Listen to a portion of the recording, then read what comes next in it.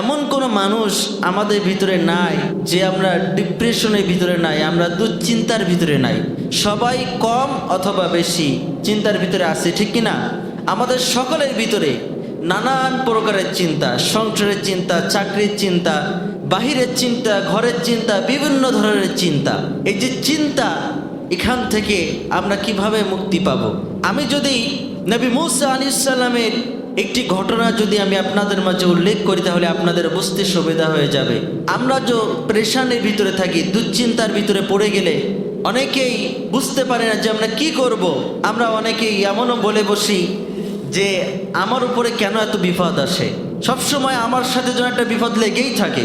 কিন্তু এই সময় আমাদের কাজ কি? যদি আপনার আমার যদি বিপদ আসে, আমি যদি কোনো মুসিবতে পড়ে যাই, তাহলে আল্লাহ পাক রব্বুল আলামিনের উপর যদি তাওয়াক্কুল করতে পারি, আল্লাহ পাক রব্বুল আলামিন আপনাকে আমাকে উত্তম জিনিসের ব্যবস্থা করে দিবেন।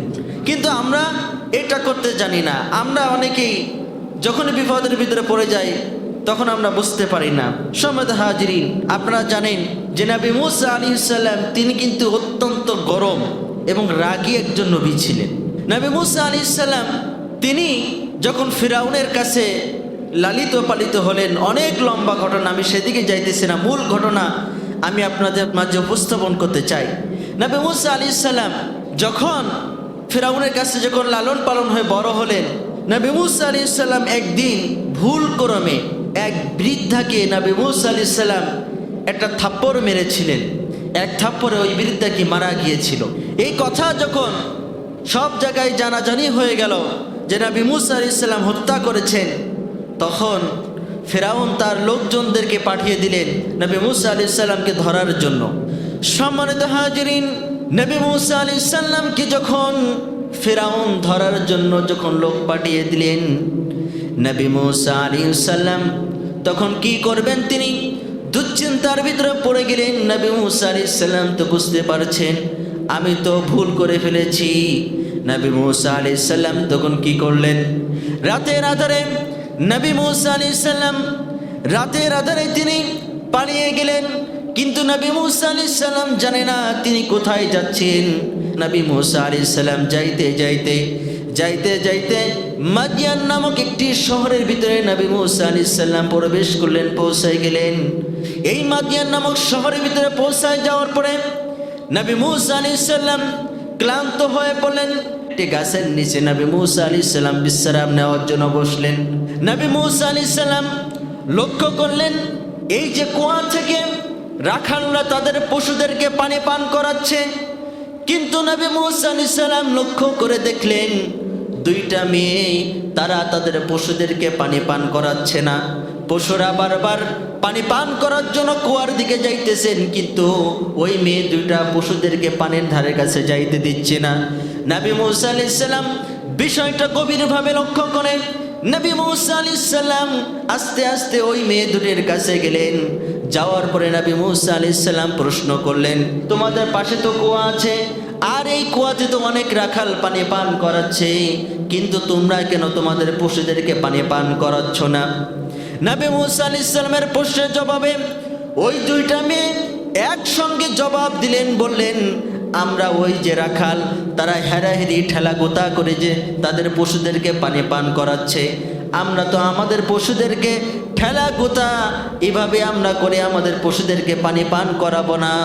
সমস্ত রাখাল সবার যখন পানি পান করানো শেষ হয়ে যাবে, সবাই যখন চলে যাবে, তখন সবার শেষে আমাদের পশুদেরকে আমরা পানি পান করাবো।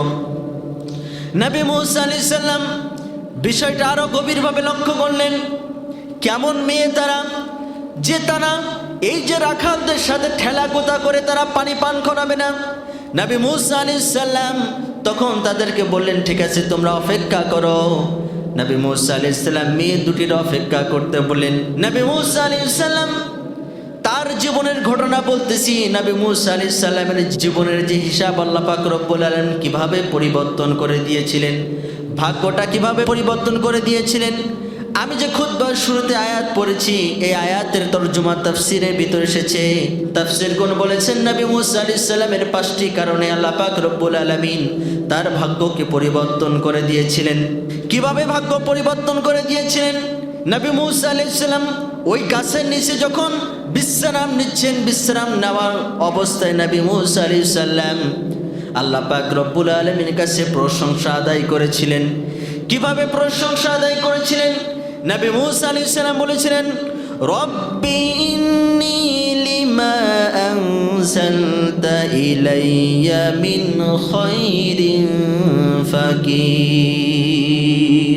নবী মূসা আলাইহিস সালাম বলেন, হে আল্লাহ, হে পালনকর্তা, আপনি আমাকে যে কল্যাণ দান করেছেন, হে আল্লাহ, আমি আপনার এই কল্যাণের কাছে আমি একজন ফকির। আল্লাহ পাক রব্বুল আলামিন নবী মূসা আলাইহিস সালামের কথাটাকে আল্লাহ পাক রব্বুল আলামিন পছন্দ করে নিলেন। নবী মূসা আলাইহিস সালাম আল্লাহর কাছে বলেন, আল্লাহ, আপনি আমাকে, আমি কোথায় ছিলাম, আমার কোনো অস্তিত্ব ছিল না, আমি কোথায় আসব আমি তাও জানি না, আমি তো একটা ভুল করে আমি এক অজানা শহরের ভিতরে এসেছি। আল্লাহ, আপনি তো চাইলে এমন তো হতে পারতো যে এমন জায়গায় আমি এসে পৌঁছাইছি যেখানে কোনো গাছ নাই বিশ্রাম করার জন্য, মরুভূমির ভিতরে কোনো গাছ নাই। আবার এমনও তো হতে পারতো যেখানে কোনো পানির কোনো ব্যবস্থা নাই, আমার কাছে তো কোনো কিছুই নাই। আল্লাহ, আপনি আমাকে সেই কোথা থেকে নিয়ে এসেছেন অজানা এক শহরে, আবার অজানা এক শহরে নিয়ে আসার পরে আমাকে বিশ্রাম করার জন্য একটি ছায়াতল, একটি গাছ আপনি আমাকে দান করলেন। আবার এমনও তো হতে পারতো এমন কূপ আমি দেখতে পাইতাম যে কূপের পানি পান করা যেত না, যে কূপের পানি খাওয়া যাইতো না। কিন্তু আল্লাহ, আপনি আমার উপর যে রহম করেছেন, এই রহম করে আপনি আমাকে এমন একটি কূপ দান করেছেন যে কূপের পানি আমি পান করতে পারবো। আবার এমন একটি গাছ দান করেছেন যে গাছের নিচে আমি ছায়া পাবো, বিশ্রাম নেবো। আল্লাহ, আপনি আমার যে নিয়ামত দান করেছেন, আল্লাহ, আপনার নিয়ামতের কাছে আমি একজন ফকির। আল্লাহ পাক রব্বুল আলামিন নবী মূসা আলাইহিস সালামের ফকির শব্দটা, নবী মূসা আলাইহিস সালামের এই কথাটা আল্লাহ পাক রব্বুল আলামিন পছন্দ করে তার জীবনে হিসাবটাকে আল্লাহ পাক রব্বুল আলামিন পরিবর্তন করেন। সুবহানাল্লাহ।